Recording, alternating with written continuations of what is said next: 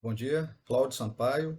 Hoje com um vídeo explicativo do programa 03, um programa que analisa ondas, em proveito da segunda avaliação da disciplina de Sistemas Mecânicos para a Energia das Marés, do curso de Energias Renováveis da Universidade Federal do Ceará. Basicamente, a explicação do vídeo, né, do funcionamento, de como é que foi confeccionado, analisando um sinal, o sinal B2, que foi fornecido pelo professor da disciplina. O programa em si está aqui, a execução dele ela gera uma imagem, essa imagem aqui, onde basicamente nós temos aqui em vermelho o sinal tratado, aqui em azul as amplitudes desses sinais, só que ordenados de forma decrescente. Aqui em magenta nós temos o nível de energia. Obviamente ele foi adaptado com um fator, aqui foi dividido por 10 para poder caber aqui nos limites do eixo Y que foram estabelecidos. Foram identificados para esse sinal V2, para o vetor V2, 139 ondas, e a altura significativa, com base em um terço da amostra, ela ordenada, né? Ela ficou aqui em torno de 80, nessa linha preta. E aqui na linha tracejada, que está um pouco acima de 80, é a altura significativa por Rayleigh, de acordo com a fórmula específica.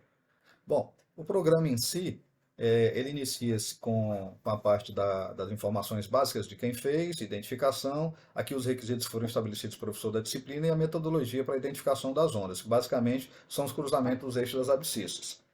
A parte de boas práticas, limpando a tela e limpando as variáveis. E aqui o repositório de funções. Coloquei nessa posição porque não consegui colocar em outro local. E também para atender a solicitação do professor que queria um arquivo só. Essa primeira função aqui, ela ordena de forma decrescente o vetor que é estabelecido, então basicamente ele ordena e depois ele inverte essa ordem. A segunda função, ela calcula a altura significativa, tá, de um terço, pega uma amostra de um terço e calcula. Essa próxima função, ela calcula a altura significativa de acordo com a equação de Rayleigh, tá? A próxima, então, ela calcula a energia da onda com base na equação fornecida, onde ρ aqui eu estabeleci 1025, que foi o que eu encontrei na literatura para a densidade média do nível do mar. Bom, os dados a serem analisados. Então, o vetor, aliás, o arquivo que foi fornecido foi carregado e ele apresenta 880 linhas por uma coluna. Eu não trabalhei dessa forma, então eu inverti o vetor, fiz a transposta dele. E, obviamente, todos os sinais que foram apresentados nesse vetor, eles são sinais positivos. Então, causou um problema porque o programa ele foi preparado para identificar os cruzamentos do eixo da abscissa. Então, como é que isso foi contornado? Basicamente, eu fiz aqui, eu subtraí de cada um dos valores do vetor a média dos valores extremos, né? O máximo e o mínimo. Então, com isso, eu inseri, digamos assim, um eixo das abscissas praticamente no ponto central aí dos extremos. E aí sim foi possível rodar o programa e analisar.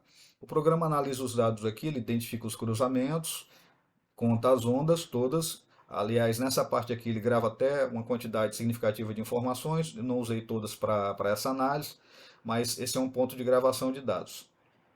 E ele gera o vetor H, onde estão as amplitudes de todas as ondas identificadas, certo?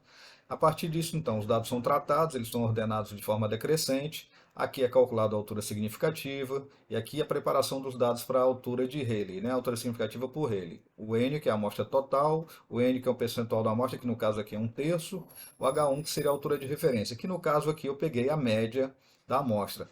Essa minha escolha é que provavelmente causou ali a aproximação dos dados da altura por Rayleigh e da altura significativa de um terço.